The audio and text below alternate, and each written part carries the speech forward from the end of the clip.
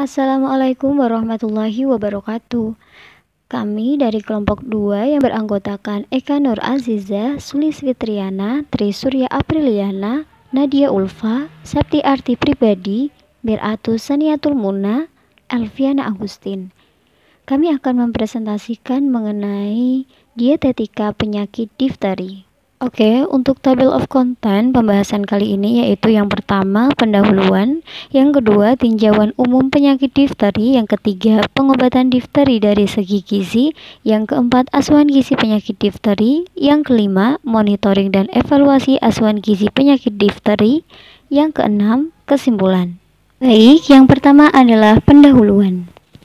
Difteri adalah salah satu penyakit yang sangat menular yang disebabkan oleh bakteri gram-positif Corynebacterium diphtheriae strain toxin dengan gejala demam tidak tinggi atau di bawah 38,5 derajat Celcius, batuk, nyeri menelan, nyeri tenggorok, atau peradangan pada tempat infeksi terutama pada selaput mukosa, faring, laring, tonsil, hidung, dan juga kulit yang berwarna putih atau keabu-abuan atau kehitaman yang akan berdarah jika diangkat. Pada keadaan yang lebih berat ditandai dengan sesak nafas, stridor atau suara serak atau kasar setiap menarik atau mengembuskan nafas. Terus yang terakhir, pembengkakan leher yang tampak seperti leher sapi atau bullneck. Kematian pada kasus difteri biasanya disebabkan karena obstruksi atau sumbatan jalan nafas, kerusakan otot jantung, serta kelainan susunan syaraf pusat dan ginjal. Penularan difteri dapat terjadi melalui kontak langsung kulit atau melalui droplet atau percikan ludah dari batuk, bersin, muntah, atau melalui alat makan. Pencegahan penyakit ini dapat dilakukan dengan imunisasi, pengobatan karir, atau pengobatan terhadap orang yang tidak menunjukkan gejala difteri, namun pada kultur swab tenggorok terdapat basil difteri dalam nasofaringnya. Dan yang terakhir adalah penggunaan APD. Berdasarkan buku Pedoman Pencegahan dan Pengendalian Penyakit oleh Kemenkes RI pada tahun 2017, pada tahun 2014 jumlah kasus difteri adalah sebanyak 296 kasus dengan kasus meninggal sebanyak 16 orang dengan case fatality rate atau CFR atau angka kematian akibat difteri sebanyak 4%. Sementara pada tahun 2015 terdapat 252 kasus difteri dengan 5 kasus meninggal dengan gambaran usia terbanyak pada usia 1-4 tahun dan 5-9 tahun. Pada angka ini, angka kematian akibat difteri berkurang menjadi 1,98%.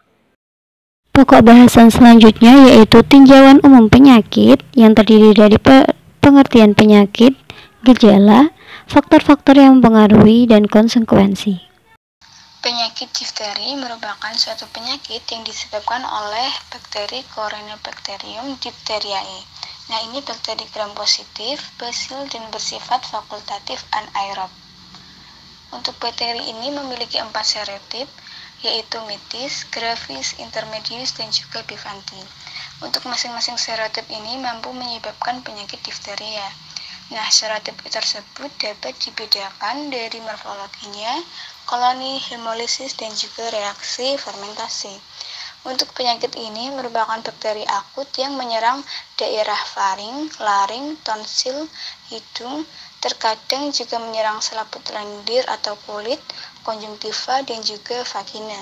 Nah, penyakit ini juga termasuk salah satu penyakit yang dapat menyebabkan terjadinya kejadian luar biasa atau KLB, di mana munculnya satu kasus difteri sudah dikategorikan sebagai KLB. Nah, untuk gejalanya sendiri, setelah terjadi kontak dengan agen, masa inkubasinya selama 2 hingga 5 hari, gejala biasanya diikuti demam dan sakit tenggorokan, lalu terbentuknya pseudomembran pada jaringan lunak ovula dan juga tonsil setelah 24 jam sebagai efek dari toksin. Bentuk yang lebih parah pada anak-anak adalah bullneck yang disebabkan pembengkakan pada jaringan lunak dan kelenjar getah bening leher. Onset terjadi secara tiba-tiba dan pertumbuhan dari pseudomembran lebih cepat pada kavitas bukal seluruh faringnya. Nah, untuk jaringan lunak palatum ovula dan juga tonsil ini dapat mengalami nekrosis dan juga lesi nekrotik. Nah, ini bisa menembus ke otot rangkai dan menyebabkan perdarahan serta edema. Untuk gejala umumnya yaitu tenggorokannya terasa sakit, timbul lesi membran diikuti dengan kelenjar limfa yang membesar dan melunak. Pada kasus yang sedang sampai berat ditandai dengan pembengkakan dan edema di leher dan pembentukan membran pada trakea secara ekstensif, dan dapat terjadi obstruksi jalan napas, peradangan pada tempat infeksi, terutama pada selaput mukosa faring, laring, tonsil, hidung, dan juga pada kulit. Nah, untuk kematian biasanya terjadi karena obstruksi atau sumbatan jalan nafas, kerusakan otot jantung, serta kelainan susunan saraf pusat dan juga ginjal. Untuk faktor risikonya ini ada 5, yaitu riwayat imunisasi. Nah, untuk imunisasi penyakit difteria ini disebut juga imunisasi DPT, ada DPT dasar dan juga ulangan. Nah, ini pemberian imunisasi secara teratur ini dapat menekan morbiditas dan juga mortalitas dari penyakit difteri. Nah, penundaan terapi dan riwayat pasien tidak diimunisasi ini akan memberikan prognosis yang lebih berat lagi. Yang kedua yaitu umur. Umur yang sering terkena difteri itu biasanya sekitar 2 hingga 10 tahun. Biasanya jarang ditemukan pada bayi berumur di bawah 6 bulan dan juga biasanya ditemukan pada kelompok umur di atas 15 tahun. Untuk yang ketiga yaitu pengaruh penularan. Nah, untuk sumber penularan difteri ini dapat melalui karier. Karier merupakan seseorang yang membawa agen infeksi difteri tetapi tidak menunjukkan gejala aktif difteri.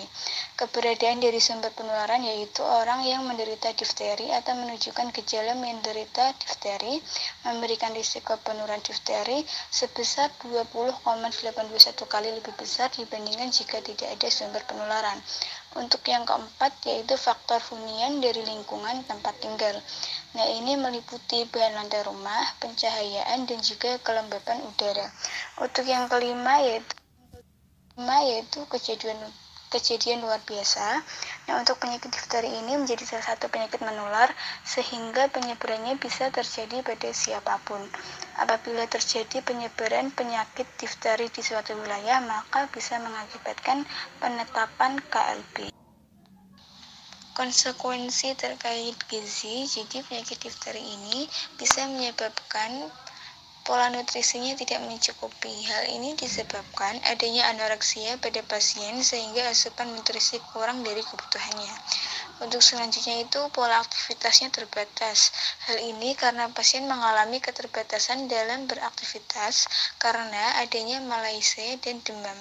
Yang ketiga yaitu pola istirahat tidak cukup. Hal ini dikarenakan adanya gangguan saluran pernapasan seperti sesak nafas, sehingga si pasien tidak merasakan istirahat dengan sewajarnya. Untuk yang keempat yaitu pola eliminasi. Pasien akan mengalami penurunan jumlah urin dan feses yang disebabkan adanya anoreksia, sehingga asupan pasien pun juga tidak adekuat. Untuk pokok bahasan selanjutnya yaitu pengobatan yang kita akan membahas medikamentosa dan terapi diet secara teori. Interaksi obat dan makanan terjadi ketika zat yang terkandung di dalam bahan makanan mempengaruhi zat di dalam obat yang diminum, sehingga mempengaruhi fungsi obat sebagaimana semestinya. Interaksi ini dapat menyebabkan efek yang bervariasi, mulai dari peningkatan atau penurunan efektivitas obat hingga terjadinya efek samping. Makanan juga dapat menunda, mengurangi, atau meningkatkan penyerapan obat. Oleh karena itu, beberapa obat memiliki aturan pemakaian, antara lain harus dikonsumsi pada saat perut kosong, yaitu 1 jam sebelum makan atau 2 jam setelah makan. Namun, ada beberapa obat yang sebaiknya dikonsumsi bersamaan dengan makanan agar bekerja secara optimal. Berikut beberapa obat yang bisa dikonsumsi oleh penderita difteri. Yang pertama yaitu eritromisin dengan fungsi agen antibakterial, efek sampingnya mual, muntah, gangguan hepar. Obat-obat yang dapat berinteraksi yaitu antikoagulan oral, statin. Dan untuk interaksi dengan makanan, relevansinya dengan status gizi yaitu terjadi kerusakan kimia obat ketika dikonsumsi bersama makanan. Yang kedua yaitu obat penisilin dengan fungsi yaitu membunuh bakteri yang menghambat stasis dinding sel, peptic ulcer, leg ulcer, amoebiasis, giardiasis.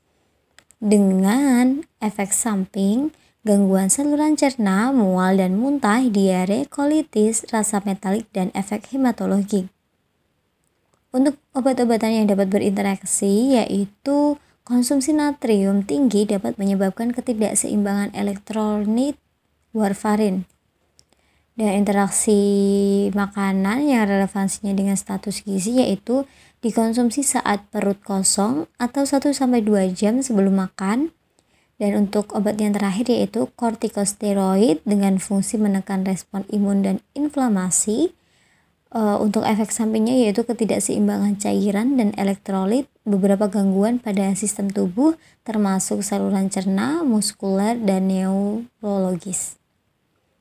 Kemudian untuk obat-obatan yang dapat berinteraksi yaitu salisilat, phenytoin, OH, asterogen, diuretik, coumarins, NSAIDs, dan alkohol.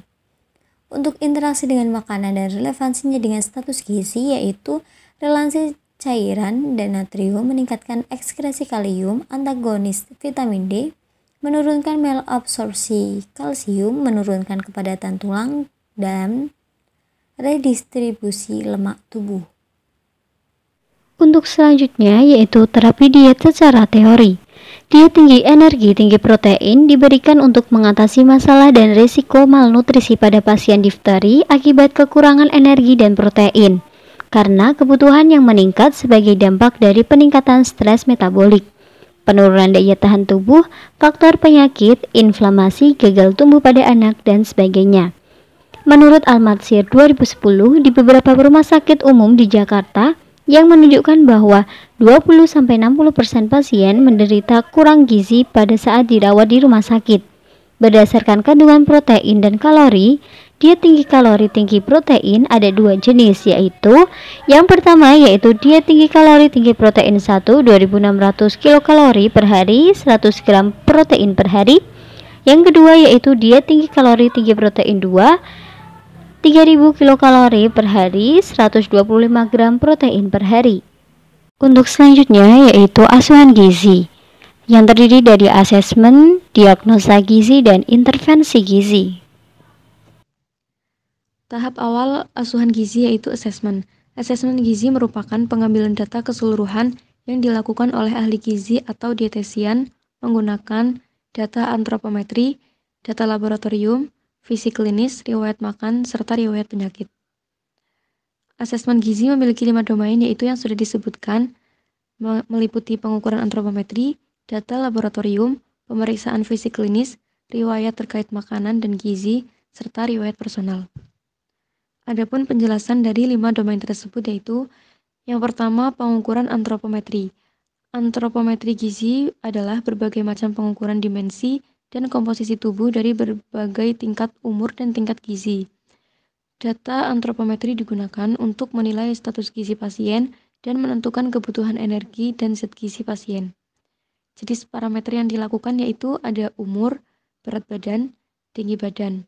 Sedangkan ada lingkar lengan atas atau lila dan tinggi lutut itu bisa digunakan untuk pasien pasca bedah. Dalam pendokumentasian proses asuhan gizi, pengukuran antropometri biasa disingkat dengan A, huruf A, atau dengan kode terminologi menurut IDNT yaitu AD. Yang kedua yaitu pemeriksaan biokimia. Penilaian status gizi dengan biokimia adalah pemeriksaan yang diuji secara laboratoris yang dilakukan pada berbagai macam jaringan tubuh. Jaringan yang digunakan antara lain ada darah, urin, tinja, dan otot. Pada pasien difteri, data laboratorium yang menjadi konfirmasi adalah kultur atau PCR C. diphtheria positif dan tes elek yang positif. Dalam pendokumentasian proses asuhan gizi, pemeriksaan biokimia biasa disingkat dengan huruf B atau dengan kode terminologi menurut IDNT yaitu BD. Selanjutnya ada pemeriksaan fisik klinis. Metode ini didasarkan atas perubahan-perubahan yang terjadi dihubungkan dengan ketidakcukupan zat gizi. Hal ini dapat dilihat pada jaringan epitel seperti kulit, mata, rambut, dan mukosa oral atau pada organ-organ yang dekat dengan permukaan tubuh seperti kelenjar tiroid. Dalam pendokumentasian proses asuhan gizi, pemeriksaan fisik klinis biasa disingkat dengan C atau dengan kode terminologi menurut IDNT adalah PD. Kemudian yang keempat ada pengukuran riwayat makan atau dietary history. Dietary history terdiri dari riwayat asupan makan sebelum masuk rumah sakit dan saat masuk rumah sakit yang ditentukan dengan cara persen tingkat asupan zat gizi sama dengan asupan zat gizi dibagi kebutuhan zat gizi dikali 100%.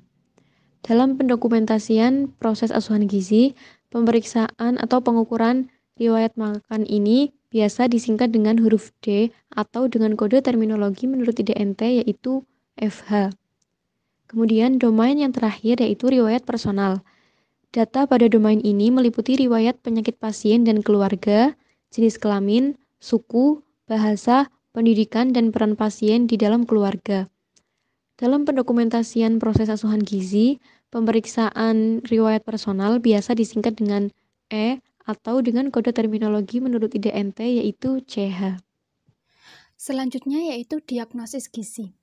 Diagnosis gizi terdiri dari 3 domain, yaitu yang pertama domain intake, kemudian domain klinis, dan domain perilaku dan lingkungan. Yang pertama yaitu domain intake, yaitu terdiri dari NI 1.1, peningkatan kebutuhan energi terkait terjadinya anoreksia ditandai dengan IMT memasuki kategori underweight dan penurunan berat badan yang tidak diinginkan.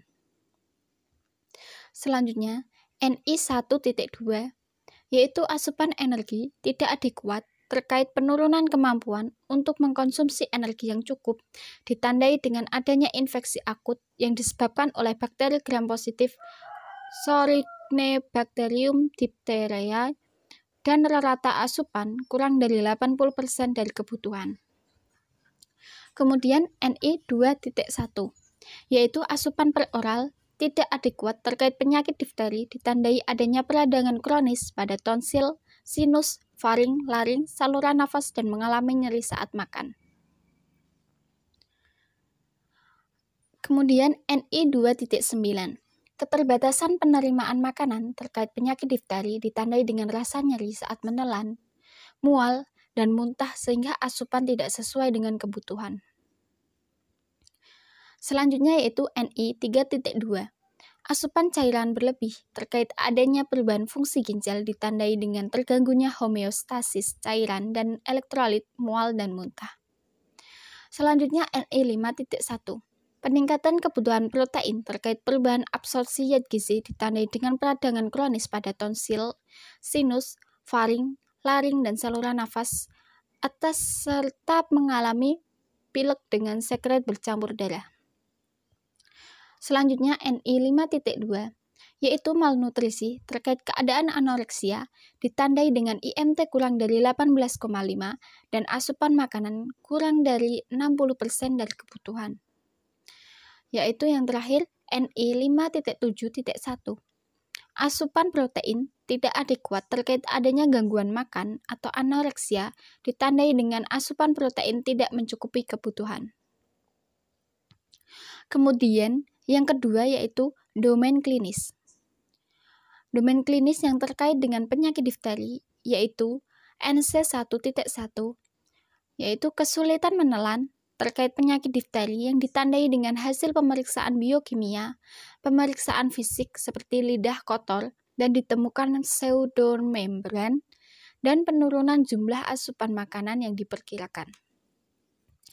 Kemudian NC 2.2, yaitu perubahan nilai laboratorium terkait disfungsi organ ditandai dengan pemeriksaan darah, urinalisis, leukosit, adanya proteinuria ringan, dan ketidakseimbangan elektrolit atau peningkatan kalium, natrium, magnesium, dan penurunan kalsium.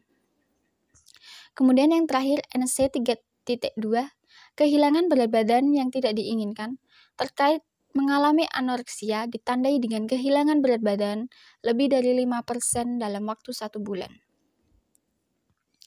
Yang terakhir yaitu domain perilaku dan lingkungan. Yang pertama, NB1.1.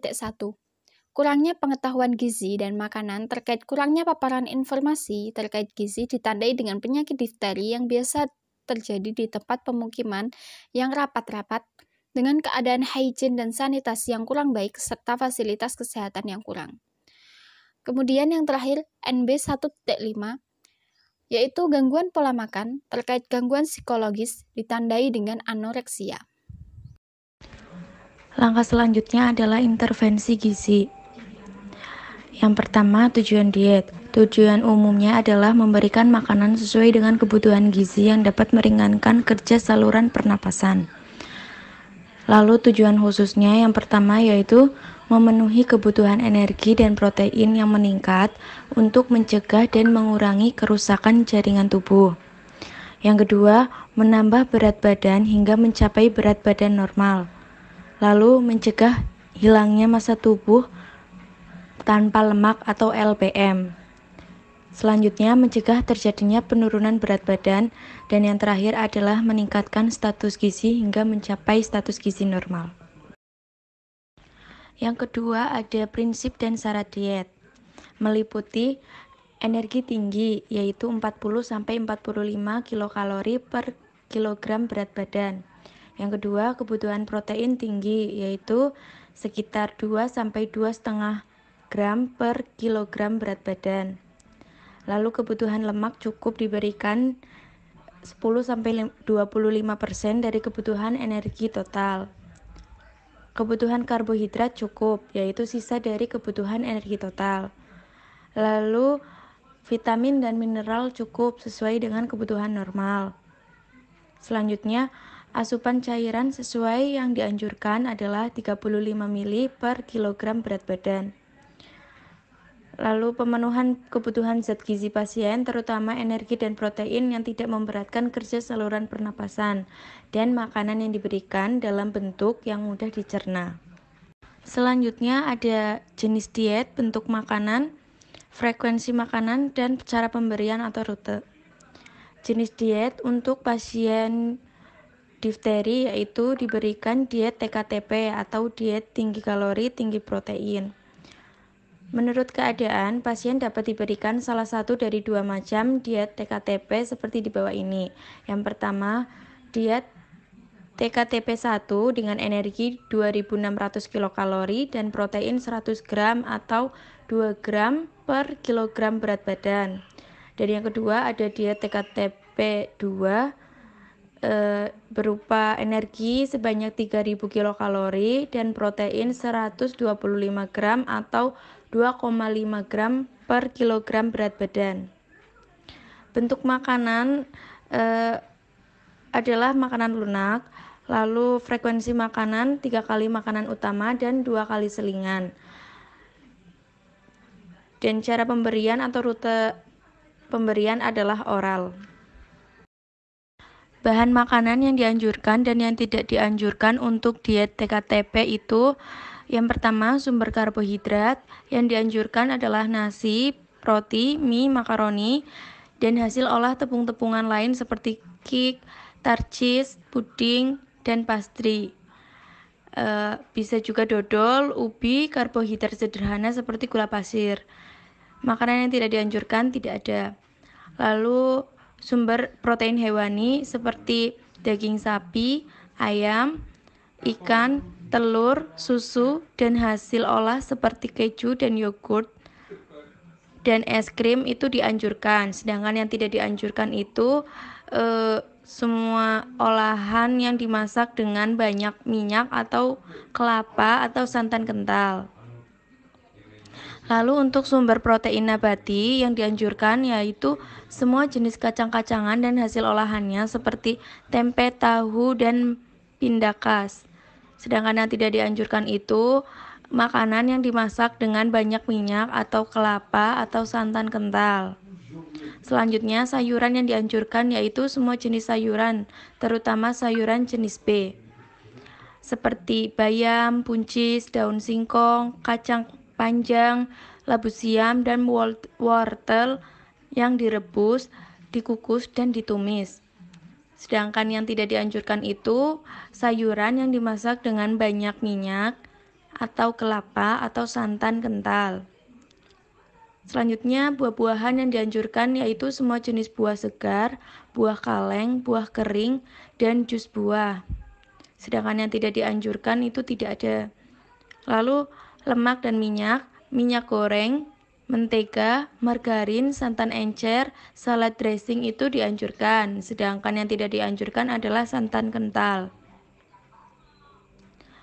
Lalu minuman yang dianjurkan itu seperti soft drink, madu, sirup, teh, dan kopi encer. Sedangkan yang tidak dianjurkan adalah minuman yang rendah energi. Dan yang terakhir adalah bumbu. Bumbu yang dianjurkan yaitu bumbu yang tidak tajam seperti bawang merah, bawang putih, laos, salam, dan kecap. Sedangkan yang tidak dianjurkan adalah bumbu yang tajam seperti cabai dan merica. Yang terakhir adalah strategi konseling gizi. Strategi konseling gizi menggunakan strategi Trans-Theoretical Model atau TTM yang meliputi pre-contemplation, yaitu mendiskusikan aspek pribadi pasien dan konsekuensi kesehatan jika melakukan perilaku yang menetap, menilai pengetahuan, sikap, dan keyakinan, serta memberikan informasi. Yang kedua adalah contemplation, atau mengidentifikasi perilaku yang bermasalah, membuat prioritas perilaku yang harus diubah, mendiskusikan motivasi dan mengenali hambatan yang ada untuk berubah, mendiskusikan keuntungan dan kerugian perubahan pola perilaku dan pola makan, menyarankan langkah-langkah yang mudah dicapai untuk membuat perubahan. Yang ketiga ada preparation, yaitu memberi bantuan, mengembangkan langkah yang nyata untuk berubah, mendiskusikan dalam menentukan strategi atau goals perubahan yang dapat diterima, dapat dicapai, dan layak, serta memperoleh dukungan dari keluarga dan lingkungan. Lalu yang keempat adalah action atau aksi, yaitu memperkuat kepercayaan diri pasien, membantu melakukan pengawasan sendiri, melakukan umpan balik, memecahkan masalah, mendiskusikan upaya mengatasi kekambuhan, menghasilkan perubahan perilaku sesuai dengan masalah. Yang kelima adalah maintenance, yaitu memberi rencana untuk tindak lanjut sehingga dukungan perubahan yang telah dilakukan, pemeliharaan perubahan perilaku, membantu mencegah kekambuhan, membantu mengatasi peningkatan, menemukan alternatif, dan menghindari kekambuhan. Yang terakhir adalah relapse atau kekambuhan, yaitu mencegah terjadinya kekambuhan. Jika terjadi kekambuhan atau relapse, maka perlu diulangi kembali ke tahap awal. Yang selanjutnya adalah monitoring dan evaluasi. Monitoring dan evaluasi. Monitoring dan evaluasi merupakan langkah keempat dalam NCP. Monitoring gizi merupakan kegiatan dalam mengukur indikator-indikator yang menunjukkan keberhasilan dari intervensi gizi. Sedangkan evaluasi gizi merupakan kegiatan membandingkan indikator gizi yang didapatkan dengan status gizi sebelumnya, tujuan intervensi gizi, keefektifan dari asuhan gizi, keseluruhan, dan atau standar referensi yang ada. Sehingga dengan adanya monitoring dan evaluasi, maka diharapkan dapat mengidentifikasi hasil yang sesuai dengan diagnosa gizi yang telah ditegakkan, rencana, dan juga tujuan intervensi. Dalam mengelompokkan data-data untuk melakukan monitoring dan evaluasi gizi, ahli gizi dapat melakukan pengukuran langsung kepada pasien atau menggunakan data yang diukur oleh tenaga kesehatan lain, seperti hasil laboratorium, ataupun pemeriksaan tekanan darah. Berikut merupakan sumber dan perangkat untuk memperoleh data atau indikator monitoring dan evaluasi. Yang pertama yaitu ada data monitoring diri pasien, baik berupa pemenuhan isian formulir atau melalui program komputer. Yang kedua ada data antropometri, biokimia, dan pemeriksaan medis. Yang ketiga hasil survei, kuesioner, hasil pretest, dan post-test. Dan yang terakhir ada follow up melalui email atau telepon. Menurut American Dietetic Association atau biasa disebut dengan ADA, terdapat 4 kelompok dalam monitoring dan evaluasi, yaitu yang pertama, hasil riwayat makan dan gizi. Dalam kelompok ini, memonitor dan mengevaluasi terkait intake makanan dan zat gizi, cara pemberian makan dan zat gizi melalui oral, enteral, ataupun parenteral, gangguan obat ataupun suplemen herbal, pengetahuan ataupun kepercayaan terkait makanan dan zat gizi, ketersediaan makan dan kualitas gizi dalam kehidupannya. Yang kedua, ada hasil pengukuran antropometri. Pada kelompok ini memonitor dan mengevaluasi hasil tinggi badan, berat badan, indeks massa tubuh, dan juga riwayat berat badan. Yang ketiga, ada hasil data biokimia dan tes medik lain, yaitu memonitor dan mengevaluasi data laboratorium yang sesuai pada klien. Contohnya hasil elektrolit, glukosa darah, kolesterol darah, serta pemeriksaan lain seperti waktu pengosongan lambung. Yang keempat, ada hasil pemeriksaan fisik terkait gizi, di mana hal-hal yang dimonitor dan dievaluasi yaitu terkait penampilan fisik, otot dan lemak, fungsi menelan, nafsu makan, dan faktor-faktor yang mempengaruhi hal tersebut. Sekian yang dapat kami sampaikan, kurang lebihnya mohon maaf. Semoga bermanfaat. Wassalamualaikum warahmatullahi wabarakatuh.